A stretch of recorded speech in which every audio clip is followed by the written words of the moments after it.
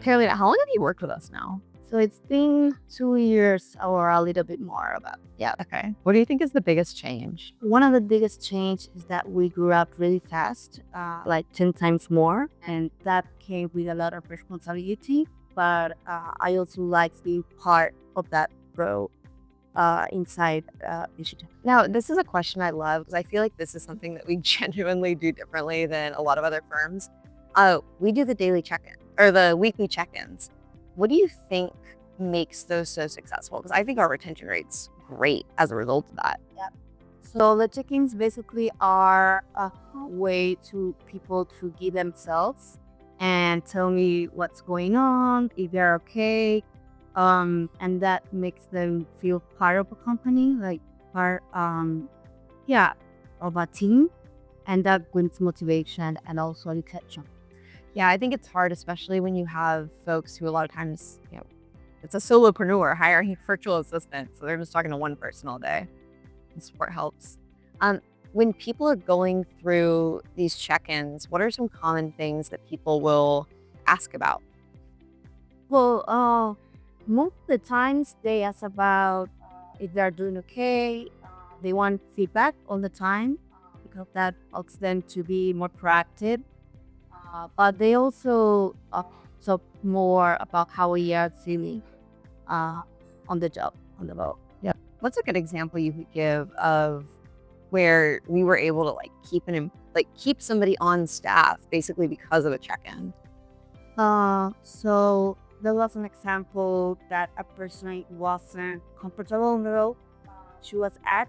So I asked the client for feedback, and they gave me some tips of what was going on.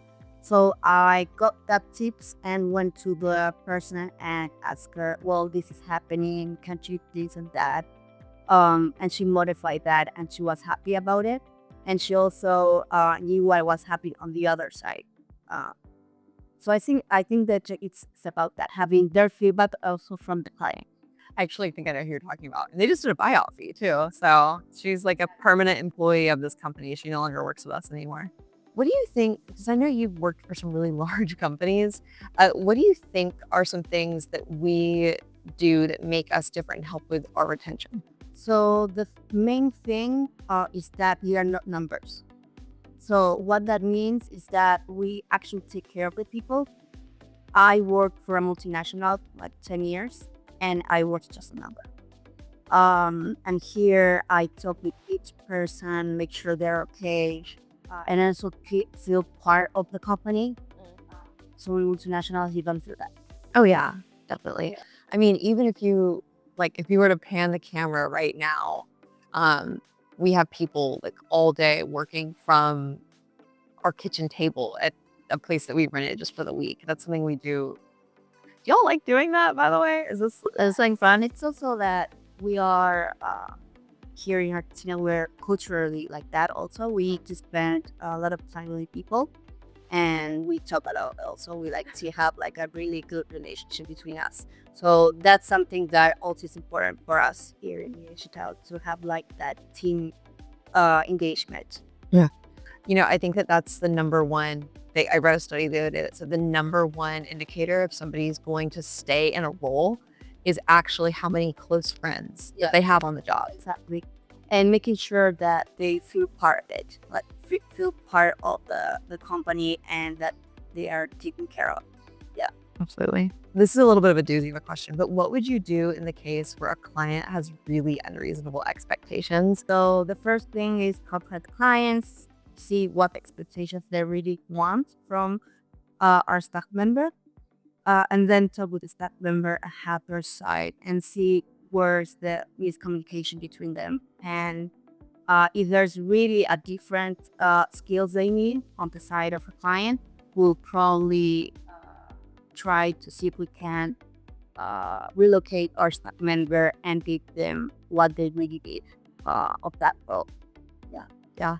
I think it's hard with dealing with clients too, because sometimes they're like, hey, I don't know if we can find anybody that's going to fill this. But sometimes it's not even that a client has unreasonable expectations. It's just that it's a personality clash. And so that's coming out in an unreasonable expectation. When somebody's first onboarding, they first got hired, How do you get to know them? Because I think that's a big part of what you do is you just get to know people.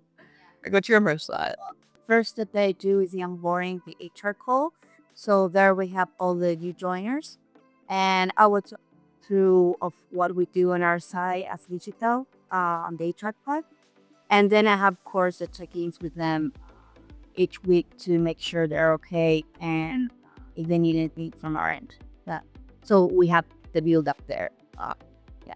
Can you give me an example of a time where you really felt like you got to do your job in a positive way as HR? Okay, so we had a staff member that had diarrhea.